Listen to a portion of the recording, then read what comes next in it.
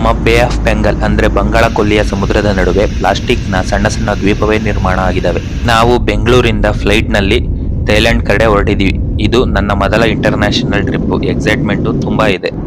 ಫ್ಲೈಟ್ನಿಂದ ಕೆಳಗೆ ನೋಡಿದರೆ ನಮ್ಮ ಬೇ ಆಫ್ ಬೆಂಗಾಲ್ ಸಮುದ್ರ ಕಾಣುತ್ತೆ. ಕೆಲವೊಂದು ಕಡೆ ಈ ಸಮುದ್ರ ನೀಟಾಗಿ ಕಾಣುತ್ತೆ, ಆದರೆ ಕೆಲವೊಂದು ಪ್ರದೇಶದಲ್ಲಿ ಪ್ಲಾಸ್ಟಿಕ್ ರಾಶಿ ರಾಶಿ ತೇಲ್ತಾ ಇದೆ ಈ ಸಮುದ್ರದಲ್ಲಿ. ನಾವು ಪ್ಲಾಸ್ಟಿಕ್ ಅನ್ನು ಎಸೆದಾಗ ಅದು ಕೇವಲ ಅಲ್ಲಿರೋದಿಲ್ಲ, ನದಿಗಳ ಮೂಲಕ ಸಮುದ್ರಕ್ಕೆ ಹೋಗಿ ಅಲ್ಲಿಂದ ಕರೆಂಟ್ಸ್ ಅದನ್ನ ಮಧ್ಯ ಸಮುದ್ರಕ್ಕೆ ತೆಗೆದುಕೊಂಡು ಹೋಗುತ್ತವೆ.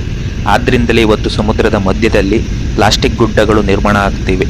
ಇದು ಪ್ರಕೃತಿ ಸಮಸ್ಯೆ ಅಲ್ಲ, ನಮ್ಮ ತಪ್ಪಿನ ಫಲ. ಪೆಸಿಫಿಕ್ ಓಷನ್ ನಲ್ಲಿ ಗ್ರೇಟ್ ಪೆಸಿಫಿಕ್ ಗಾರ್ಬೇಜ್ ಪ್ಯಾಚ್ ಅಂತ ಒಂದು ದೊಡ್ಡ ಪ್ಲಾಸ್ಟಿಕ್ ಏರಿಯಾ ನಿರ್ಮಾಣ ಆಗಿದೆ. ಅದು ಆಲ್ಮೋಸ್ಟ್ ಇಂಡಿಯಾದ ಅರ್ಧ ಸೈಜ್ ಇದೆ. ಅಷ್ಟು ಪ್ಲಾಸ್ಟಿಕ್ ನ ಯೂಸ್ ಮಾಡಿ ಬಿಸಾಕಿದೀವಿ ನಾವು. ಸಮುದ್ರ ಕೇವಲ ನೀರಲ್ಲ, ಇದು ಭೂಮಿಗೆ ಆಮ್ಲಜನಕ ನೀಡುವ ದೊಡ್ಡ ಮೂಲ. ಲಕ್ಷಾಂತರ ಜೀವಿಗಳಿಗೆ ಇದು ಮನೆ. ಆದ್ರೆ ನಾವು ಎಸೆಯುವ ಪ್ಲಾಸ್ಟಿಕ್ ಅವರ ಜೀವನವನ್ನೇ ಅಪಾಯಕ್ಕೆ ತರುತ್ತೆ. ಇವತ್ತು ನಾವು ಬದಲಾದ್ರೆ ಮಾತ್ರ ನಾಳೆ ಸಮುದ್ರ ಉಳಿಯುತ್ತದೆ. ನಾವು ಎಂಜಾಯ್ ಮಾಡಲು ಟ್ರಾವೆಲ್ ಮಾಡ್ತೀವಿ, ಆದ್ರೆ ಪ್ರಕೃತಿಯನ್ನು ಕಾಪಾಡೋದು ಕೂಡ ನಮ್ಮ ಹೊಣೆ. ಪ್ಲಾಸ್ಟಿಕ್ ಕಡಿಮೆ ಮಾಡೋಣ, ಸಮುದ್ರ ಉಳಿಸೋಣ. ಇಂತಹ ವಿಡಿಯೋಗಳಿಗಾಗಿ ಫಾಲೋ ಮಾಡ್ಕೊಳ್ಳಿ ನಮ್ಮ ಪ್ರಕೃತಿ ಪ್ರಯಾಣಿಕ YouTube channel and Instagram. Link ಬಯೋದಲ್ಲಿ ಮತ್ತು ಡಿಸ್ಕ್ರಿಪ್ಷನ್ ಇದೆ. ಪ್ರಕೃತಿಯ ಪರಮಾತ್ಮ, ಧನ್ಯವಾದಗಳು.